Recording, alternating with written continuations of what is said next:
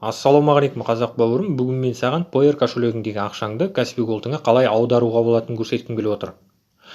Сосын мен интернет арқылы ақша табу деген тематикада видеолар түсірем. Егер де қызық болатын болса, міндетті түрде менің YouTube каналыма жазылып, қоңыраушаны басуды ұмытпа.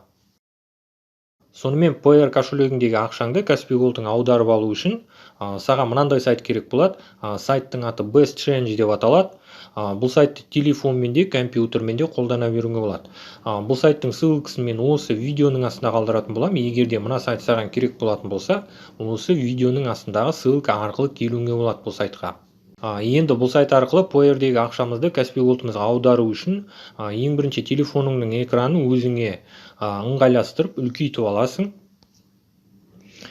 Содан кейін мына жерде отдадите деген жерде Payer деген тауып аламыз.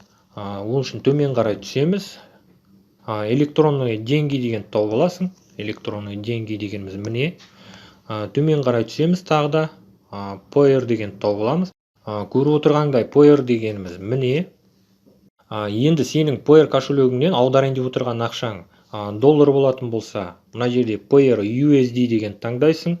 Рубль болатын болса, Payer RUB деген таңдайсың. Аударайын деп отырған ақшаң евро болатын болса, Payer евро деген таңдайсың.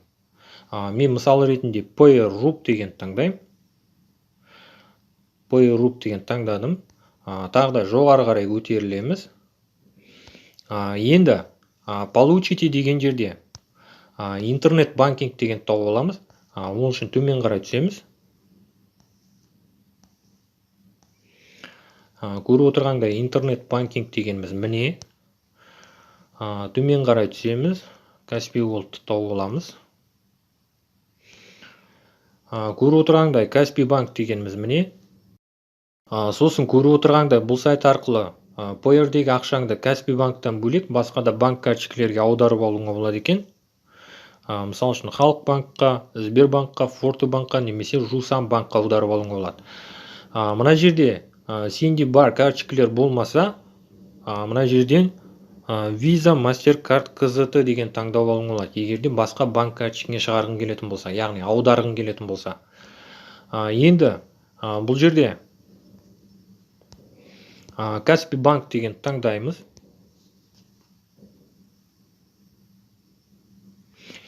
Көріп отырғандай міне мынандай нәрселер ашылды. Мыналардың барлығы обменниктер, яғни сайттар біздің Payerдегі ақшамызды Каспи Голдымызға аударып беруге дайын сайттар. Тағы да телефонымыздың экранын өзімізге ыңғайластырып үлкейтіп аламыз. Енді бұл жерде тұрған ең бірінші 5 сайт біздерге Payerден аударайын деп отырған ақшамызды Каспи Голдымызға тиімді жолмен аударып береді. Мысал үшін ең бірінші тұрған обменник біздерге 1 рубльді 5 теңге 75 тиын қылып аударып береді. Егер де төмен қарай түсетін болсақ, төмен жақтағы обменниктер көріп отырғаныңдай біздерге 1 рубльді ең соңғы тұрған обменник 4 теңге 73 тиын қылып аударып береді. Яғни түсініп отырғаныңдай тиімді емес біздерге. Енді мына жерден өзіңе тиімді обменникті таңдап аласың. Сосын бұл видеоны жазып отырғанда маған мынандай обменниктер шығып тұр, саған басқа обменниктер шығады. Себебі ақшаның курсы бір күні қымбат болады, бір күні арзан болады. Енді бұл жерде тағы да бір мән беретін нәрсе, ең бірінші тұрған обменник арқылы біздер 5000 рубльден бастап аударуымызға болады. Егер де сенде аударайын деп отырған ақшаң 5000 рубльден көп болатын болса, ең бірінші тұрған 2 обменникті қолдануға болады. Егер де сенің аударайын деп отырған ақшаң азғантай болатын болса, мысал үшін 200 рубль болатын болса, уже 3-ші орында тұрған обменникті қолдануға болады. Бұл жағы да түсінікті деп ойлаймын. Мен мысал ретінде мына жерде KZ обмен деген обменник таңдаймын. Үстінен басам. KZ обменнің сайты ашылады. Төмен қарай түсеміз. Сумма деген жерге аударғың келіп отырған ақшаңның суммасын жазасың. көріп отырғаныңдай бұл сайттың комиссиясы бар.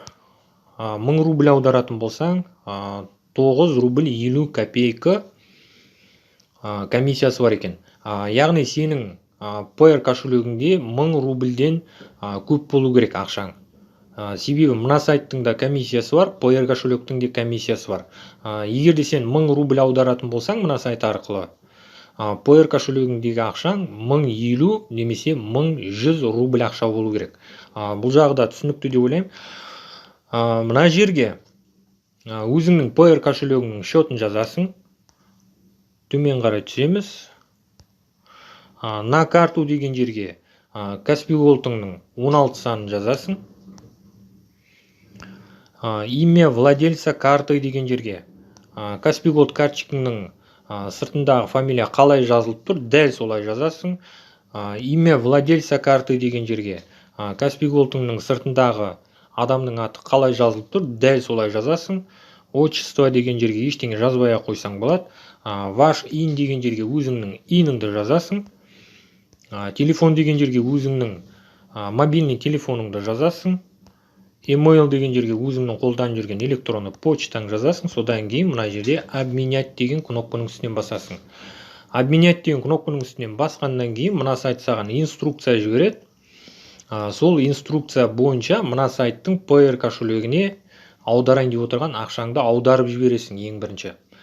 Содан кейін, яғни сен Payeer кошелегіңдегі ақшаңды мына сайттың Payeer кошелегіне аударғаннан кейін 5 минут пен 30 минуттың аралығында сенің мына жерге жазған Каспий Голд карточкаңе ақшаңды аударып жібереді.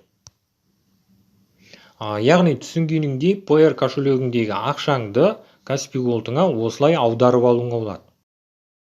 Сосын бұл сайт арқылы тек қана Payeer'дегі емес, басқа да электронный кошелектеріңдегі ақшаңды Каспий Голдыңа немесе басқа да банк карточкаларыңа аударып алуыңа болады. Немесе керісінше жасауыңа болады.